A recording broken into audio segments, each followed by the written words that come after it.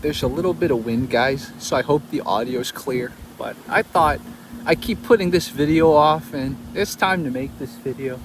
So I've told a few of my friends this, and knowing me, I'm probably going to send this to you guys again.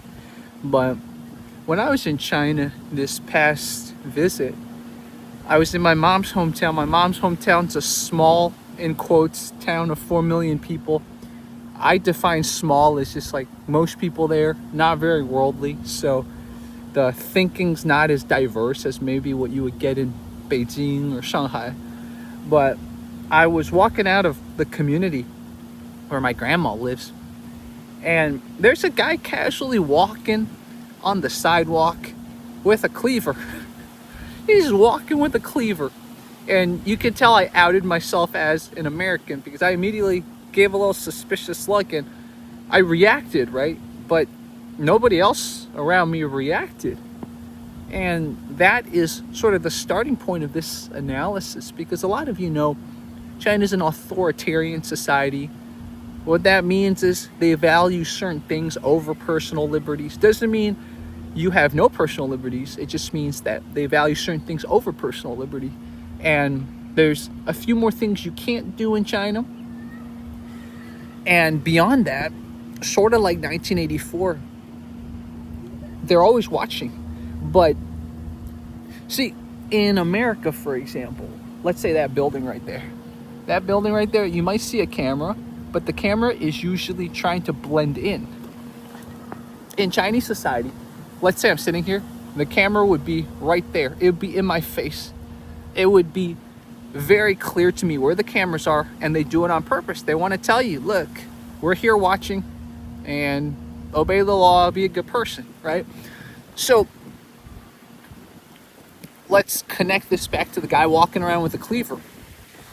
Since the guy's walking around with a cleaver and the cops haven't shown up yet, the majority of people, or maybe everyone, would just assume he's just a chef going home with a cleaver. Or maybe his friend needed a cleaver, didn't have a cleaver, so he's walking a cleaver to his friend's house or something like that.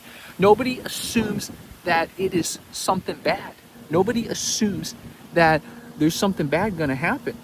So in certain authoritarian societies like China, people inherently spend their energies on other things beyond worrying about their safety. As an American, we're used to watching our back a little, right? Depending on where you are, you watch your back a little more, but you never stop watching your back. And I think it's a good human trait to watch your back a little. But there is something refreshing and there is something soothing, I guess is the word, for not having to watch your back basically ever. I mean, I guess you have to watch your back if you have certain political opinions in China, right? Or you want to criticize certain people. But if you are just a regular person, just want to live a regular life, you don't have to worry about safety in China. So a lot of times you talk to people, liberty is usually on one side of an axis and security, safety is on another side. A lot of times you try to make society more safe, you start taking away more liberties. That being said, though, there are also societies that are not safe and have no liberties, right? So it's not always an inevitability that when you take away liberties, you get security. And also, it's not always an inevitability when you take away security, or sorry, when you gain more liberties, you automatically take away security. Now, that I think goes back to certain other concepts, maybe more cultural, maybe more sociological. You know, why are certain countries, for example, safe and they don't have this sort of blatant authoritarian presence, right?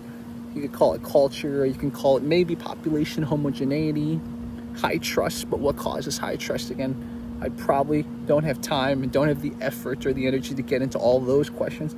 But the point is, I had a moment in China, this time when I was in China, when I realized, wow, society's a little different, man.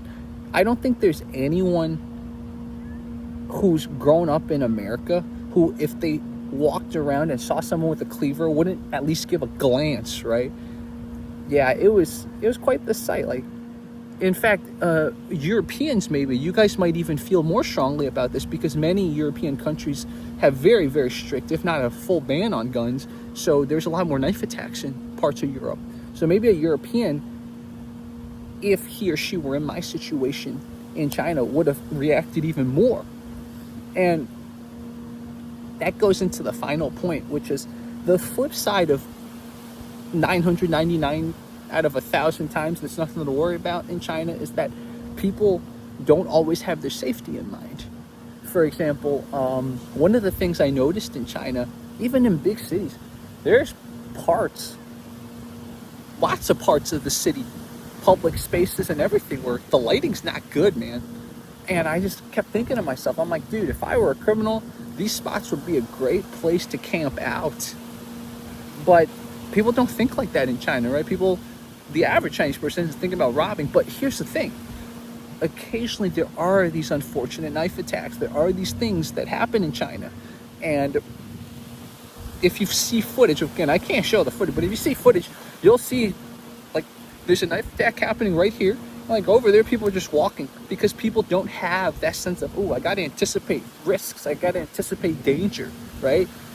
So having a population that can spend their energy worrying about other things than safety is good, but it also keeps them a little bit sheltered for when shit hits the fan. Sometimes they're not going to understand it.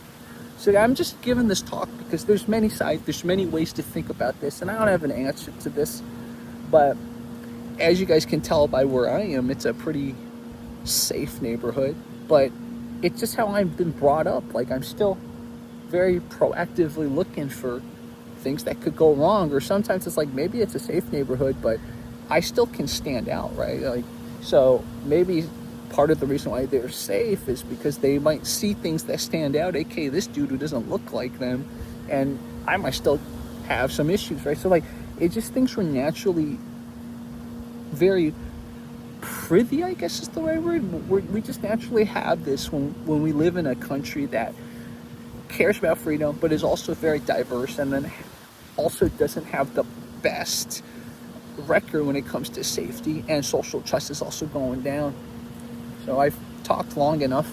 I hope it gives you guys certain things to think about. I really want to hear your thoughts. By the way, for those of you who haven't seen the rant about this hat, make sure to check it out here. What type of society do you want? Like, I think obviously most of us want a society where there's a lot of liberty, there's a lot of safety, both, right? It's not mutually exclusive always, but how can we get those society? I think I hinted at this, which is one of the things you got to have is high social trust. But how do you build high social trust, right? And then you can also say, in a society like China where there's cameras everywhere, that's not high social trust, right? That's another type of trust. It's more like, okay, I trust that someone's watching, and I trust that if something really bad happens, it'll all be recorded, and so nobody does anything. That's not the definition of social trust, right? Social trust is like, okay, I see that person there, I probably can even go talk to him, and in a crisis situation, him and I got each other's back, even though we're strangers, right? That's social trust. But yeah, I'm going to stop myself here, because or else I'm going to go on like a 30-minute rant about social trust and what causes social trust. So you guys let me know, would you ever want to live in a society where there's cameras everywhere, not hidden, but like blatantly almost at your eye level? Doesn't matter where you are. Let's say I'm at a park right here. At the park, there's going to be cameras, let's say right next to that swing set right there. Just very blatant. Do you want that? Especially, I know I got quite a lot of viewers who are parents. Do you want your kids' every action recorded and monitored by the government or police forces or whatever, right? Some countries, and you might be able to argue that certain citizens in countries who've never left didn't even give their consent, didn't even consent to that contract. It's just they were born into it. And so, going a little off topic, but maybe, I don't know if this can be achieved in the 21st century, but maybe in the 22nd century, if humanity gets through our current crisis, there's going to be a lot more flexibility in people deciding where they want to live.